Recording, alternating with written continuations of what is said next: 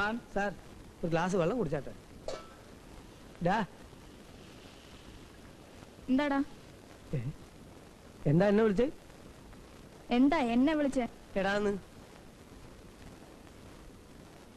അതാ ഞാൻ ചോദിച്ചത് എന്താടാന്ന്. എനിക്ക് ഒരു പേരുണ്ട്, തോമസ്. അത് വിളിച്ചാ മതി. എടാന്ന്. ആഹാ, ഊണ് കഴിക്കാൻ വിളിച്ചോണ്ട് റഹ്മാൻ അടുക്കള തന്നെ ഇരിപ്പായോ? ഇനിയിപ്പം ഉണ്ണണമെന്നാണ് സാർ. വിളമ്പേണ്ടത് ഇവനല്ലേ. അവനെന്താ കുഴപ്പം? ഞാൻ അന്നേ സാറിനോട് പറഞ്ഞതാണ് കോട്ടയം ബസ് സ്റ്റാൻഡിൽ കണ്ട് ഒരുത്തനെ പിടിച്ച് ജോലിക്ക് നിർത്തണ്ടാന്ന്. റഹ്മാൻ പരത്താതെ കാര്യം പറ. സാർ ഞാൻ അവനെ കയറി ഒന്ന് ഇടാന്ന് വിളിച്ചു. എന്നാൽ അവൻ മനസ്സിലാക്കണ്ടേ ഒരു പോലീസുകാരന്റെ ഏറ്റവും മര്യാദയുള്ള വിളിയാണിതെന്ന്. അവൻ ഉടനെ കയറി എന്നോട് എന്താടാന്ന്.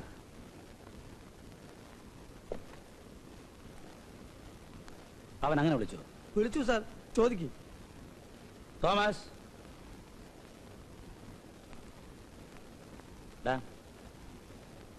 നിനക്ക് എന്തോ പ്രായമുണ്ട്? 16. ഇദ്ദേഹത്തിന് എന്ത് പ്രായമുണ്ടെന്നറിയോ? അറിഞ്ഞൂടാ. 54. എടാ നങ്ങേരി വിളിച്ചാൽ എന്താടാന്ന് നീ വിളിക്കൂ. പോ ചോളമ്പ്.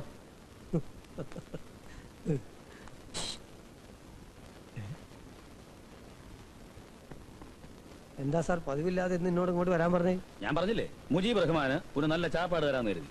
അതാ ചോദിച്ചേ, പതിവില്ലാതെ എന്തെങ്കിലും വിശേഷം ഉണ്ടോ? ആ, ഒരു ചെറിയ വിശേഷമുണ്ട്. എനിക്ക് ട്രാൻസ്ഫർ ആയി. എങ്ങോട്ട്? ദത്തമംഗലം.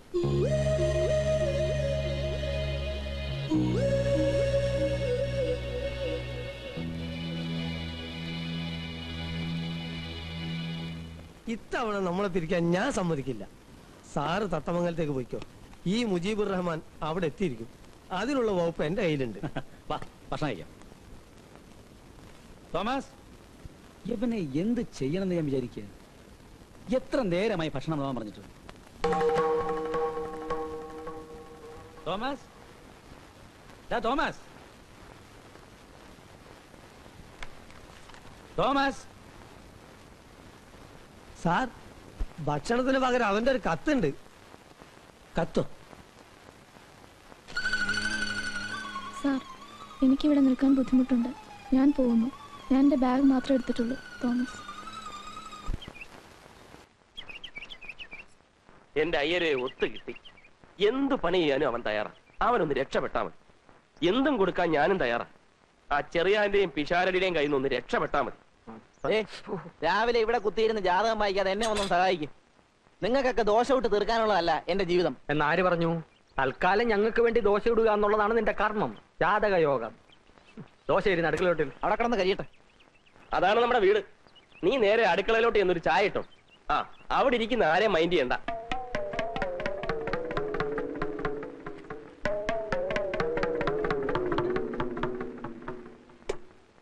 നീ ഏതാടാ?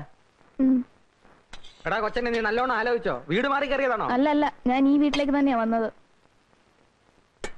എന്നോട് പറഞ്ഞു ആരോടും മിണ്ടാ അടുക്കളയിൽ ചെന്ന് ചായ ഇട്ടോളാൻ. ആര്? മറ്റേ ചേട്ടൻ. മറ്റേ ചേട്ടനോ?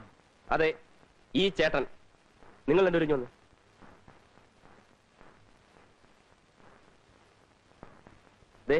ഒരു കാര്യം ഞാൻ പറഞ്ഞേക്കാം. ഇനിയെങ്കിലും ഈ വീട്ടിൽ സമാധാനം വേണം. ഇന്നു മുതൽ അടുക്കള കാര്യമല്ല അവൻ നോക്കിക്കൊള്ളു. ചാപ്പാട് സമയത്ത് രണ്ടുപേരും വാ എന്ന് തുറന്നു കൊടുത്താൽ മതി. അവനോട് അധികം വർത്തമാനമൊന്നും വേണ്ട. നീ എന്ത് വർത്തമാനായി പറയുന്നത്? അത് കൊള്ളാം. അപ്പൊ ഞങ്ങളൊക്കെ വെറും ഓച്ചന്മാരോ? ആ, അത് പിഷാരടി പറഞ്ഞത് നേരാ. നീ ഒരുത്തനെ കൊണ്ട് നിർത്തിയെന്ന് വെച്ച് അവൻ ഞങ്ങളെ റെസ്പെക്ട് ചെയ്യണ്ടേ? അതിനായം ഒരു പയ്യൻ വീട്ടുവേലക്ക് വന്നാൽ എല്ലാവരും ഒന്ന് പരിചയപ്പെടുത്തണം. അതെ, അല്ലെങ്കിൽ നാളെ അയ്യർ എന്തെങ്കിലും ആവശ്യത്തിന് ഇങ്ങോട്ട് കയറി വരുമ്പോ താനേത് കൊച്ചാണോ എന്ന് ചോദിച്ചാൽ എന്ത് ചെയ്യും? അതെ, ഞാനിപ്പോ എന്താ വേണ്ടത്? ഞങ്ങളെയൊക്കെ മാന്യമായ രീതിയിൽ ഒന്ന് പരിചയപ്പെടുത്തണം. ആ, അയ്യര് ഇരുന്നോ?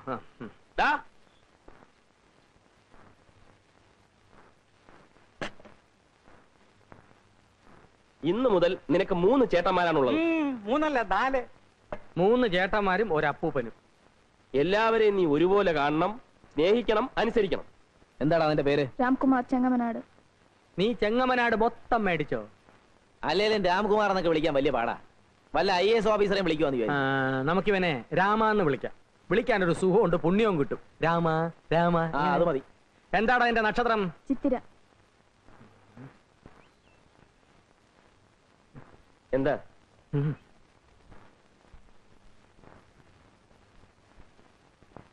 അവനെ പറഞ്ഞുവിട്, പോക്ക് കേസാ. ചിത്തിര നക്ഷത്രം, അക്കുടി നാശം, സ്ഥാനഭ്രംശ, ധനക്ഷയൻ, അഖില ശരീര അസ്വാസ്ഥ്യ ദുഃഖാന്തിത. താൻ തന്നെ പാട് നോക്ക്, ഒരു കുഴപ്പമില്ല. നീ ഒന്നേ, നീ അവന്റെ ചെവി ശ്രദ്ധിച്ചോ?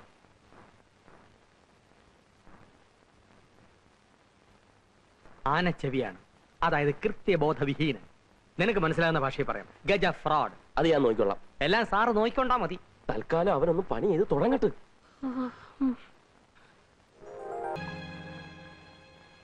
എങ്ങനുണ്ട് ഊണ്? കൊള്ളാം. എന്നാ കൊള്ളുകാല. കന്നാലിക്ക് കൊടുക്കുന്ന പോലെ ചേനയും വാഴയ്ക്കും കണ്ടം തുണ്ടമായി വെട്ടിയിട്ട് പുഴുങ്ങി അവിയലാകില്ല കേട്ടോടാ. അങ്ങനെ അങ്ങ് ആക്ഷേപിക്കൊന്നും വേണ്ട, അവൻ നന്നായിക്കോളും. പണ്ട് എനിക്ക് അൾസറ, എനിക്ക് എന്റെ ആരോഗ്യം നോക്കിയേ പറ്റൂ. എന്നാ എനിക്ക് എന്റെ ആരോഗ്യം നോക്കിയേ പറ്റത്തുള്ളൂ. എനിക്കിനി കണ്ടവനെ ക്ലാസ് ഇടാൻ പറ്റിയല്ല. വേലക്കാരൻ വരുന്നതിന് മുമ്പ് അതിന്റെ കുഴപ്പം, ഇപ്പൊ വന്നപ്പോ അതിലും കുഴപ്പം ഉണ്ടോ? ഓ, അങ്ങനെ എനിക്ക് വേണ്ടി വെയിറ്റ് ചെയ്യുന്ന പതിവൊന്നും ഇവിടെ ഇല്ലല്ലോ. എന്നാ ഉണ്ണുന്നതിന് മുമ്പ് കുറച്ച് വെള്ളം ബാത്റൂമിൽ വെച്ചേക്കണം, ഉടനെ ആവശ്യം വരും. ഓ, അത്രയ്ക്ക് പോറൊന്നുമല്ല. നീ എന്തിനാ അവന്റെ സൈഡിൽ നിൽക്കുന്നേ? പിന്നെ ഇയാളെ ഉണ്ടാക്കും. നിങ്ങൾ ഇങ്ങനെ കീരിയും പാമ്പും കളിച്ച് ഇനി എന്നെ മണ്ടനാക്കാൻ ശ്രമിക്കണ്ട. എന്ത് പ്രശ്നം വന്നാലും ഒരു മാസം അവനിവിടെ നിൽക്കും, അതിനാവും വെച്ച് ഞാൻ അവനെ എല്ലാം പഠിപ്പിച്ചെടുത്തോളാം. അല്ല, അവനെ പഠിപ്പിച്ചെടുക്കാൻ അങ്ങ് തീരുമാനിച്ചു. എന്നാൽ അവൻ എവിടെ കിടക്കും? അവനിവിടെ എവിടെയെങ്കിലും കിടക്കും. അവനെന്താ ആനയാണോ? ആനയല്ല, ആന ചെവി. ചിത്തിര നക്ഷത്രമാണ്, സൂക്ഷിച്ചില്ലേ ഇരിക്കുന്നിടം തോണ്ടും. അവൻ പിഷാരടി കൂടെ കിടന്നോളും. പറ്റുകയല്ല, ഒരു വർഷത്തേക്ക് ആരുമായും സഹശയനം പാടില്ല. ഓമനക്കുട്ടൻ്റെ കൂടെ കിടക്കട്ടെ. എല്ലാം ഓമനക്കുട്ടന്റെ പള്ളിക്ക് വെച്ചു. വൈകുന്നേരം വരെ പണിയെടുത്ത് രാത്രി സ്വല്പം പാട്ട് കേട്ട് കിടന്നുറങ്ങുന്നതാണ് എന്റെ ഏറ്റവും വലിയ സന്തോഷം. അത് പങ്കിടാൻ ഞാൻ ആരെയും അനുവദിക്കില്ല. ചെറിയാച്ച ഒന്ന് സഹകരിക്കും. അയ്യോ, അത് മാത്രം പറ്റിയല്ല. നിങ്ങൾക്കറിയാമല്ലോ, കാഞ്ഞിരപ്പള്ളി തന്നെ സ്വന്തം അനിയൻ വന്നിട്ട് ഞാൻ എന്റെ കൂടെ കിടത്തിയോ? കയ്യിൽ നിന്ന് കാശ് കൊടുത്ത് ഹോട്ടലിൽ മുറി എടുത്ത് കൊടുത്ത് താമസിപ്പിച്ചു. എന്റെ കൂടെ ആരെയും കിടന്നാൽ എനിക്ക് ഉറക്കം വരികയല്ല. ഇവനെ എവിടെങ്കിലും ഒന്ന് കിടത്തണമല്ലോ. എവിടെങ്കിലും കിടത്തിയാ പോരാ, ഭദ്രമായിട്ട് കിടത്തണം. എന്തൊരു സംസാരം ഇത്? മൈക്കിൽ കൂടി വിളിച്ചു പോകുന്നല്ലോ. ഞങ്ങൾ അയ്യരുടെ ഗതികേടിനെ പറ്റി സംസാരിച്ചിരിക്കുകയായിരുന്നു. സമയത്ത് വാടക കിട്ടുന്നില്ലെന്ന് ഒഴിച്ചാൽ പിന്നെ എനിക്കെന്താ ഗതികേട്? എന്താ ഗതികേടെന്ന്? രാത്രിയിൽ അയ്യര് ഉറങ്ങാൻ കിടക്കുന്നു. പെട്ടെന്ന് തൊണ്ട വരലെന്ന പോലെ നെഞ്ചിൽ ഒരു വേദന.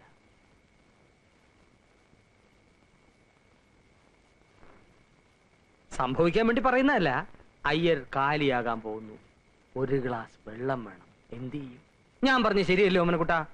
ശരിയാണോന്ന് ചോദിച്ചാ അങ്ങനെ സംഭവിക്കാവുന്നതേ ഉള്ളൂ. പക്ഷേ നമ്മൾ മൂന്നുപേരും ഉള്ളപ്പോ അങ്ങനെ സംഭവിക്കാൻ പാടില്ല. അതുകൊണ്ടാ ഞാൻ നേരത്തെ പറഞ്ഞേ. ഉടനെ നിങ്ങൾ എന്നെ കടിച്ചിറാൻ വന്നില്ലേ രാമ?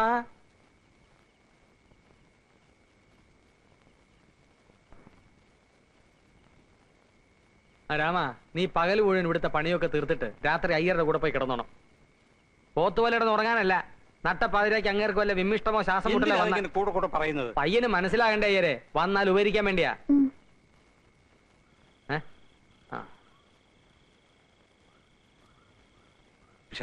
നിങ്ങളല്ലേ പറഞ്ഞത് അവൻ ആനച്ചെവിയാണ്, സൂക്ഷിക്കണം. ശുദ്ധ ബ്രാഹ്മണന്മാർക്ക് അതൊന്നും ഏശയില്ല.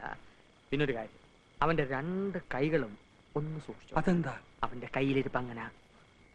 രാമ, നീ ചെല്ലേ. പോ. രാവിലെ ഇനി എത്തിയേക്കണേ. അയ്യരെ അവന് പുതയ്ക്കാൻ ഒരു കമ്പിളി കൊടുത്തേക്ക്.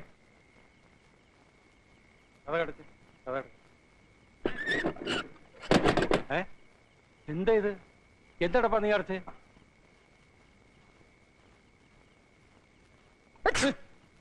എന്താ ഇത്? ഞാൻ തുമ്മിയതാ.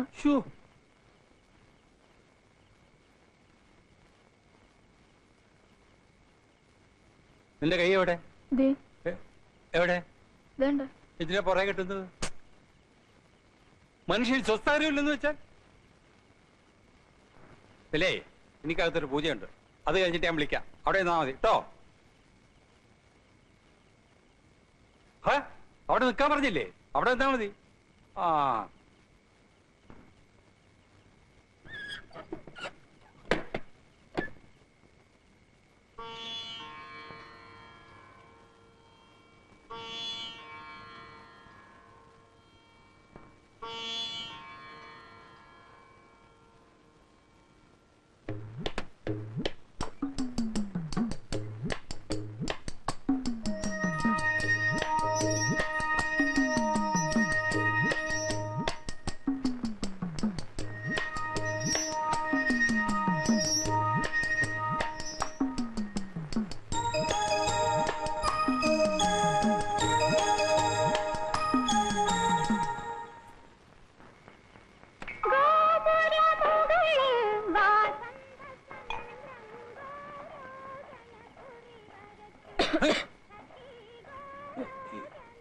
എന്താ ഞാൻ ചുമച്ചതാ. ഓ ഉറങ്ങുമ്പോൾ സ്വത്ത് തരരുത്.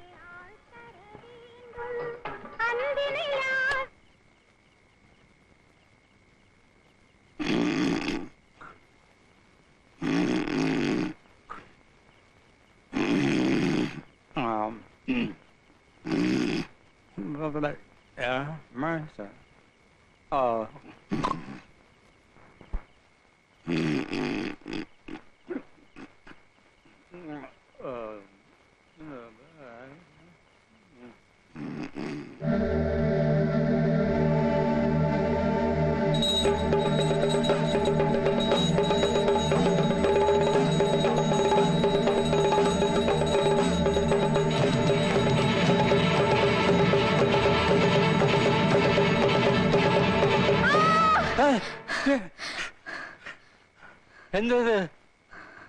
ഒന്നുമില്ല. നിന്റെ കൈ എവിടെ? രണ്ട് കൈ ഉണ്ടല്ലോ.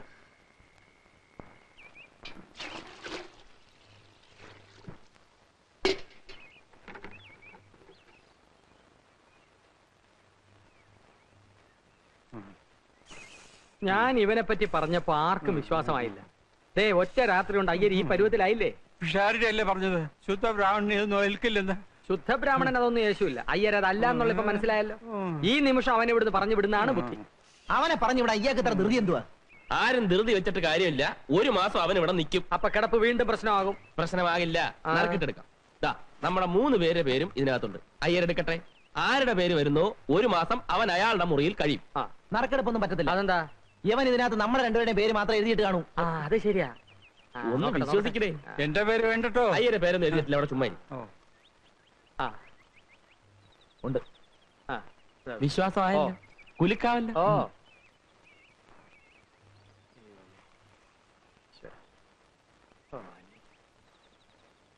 ഓമനക്കുട്ടൻ.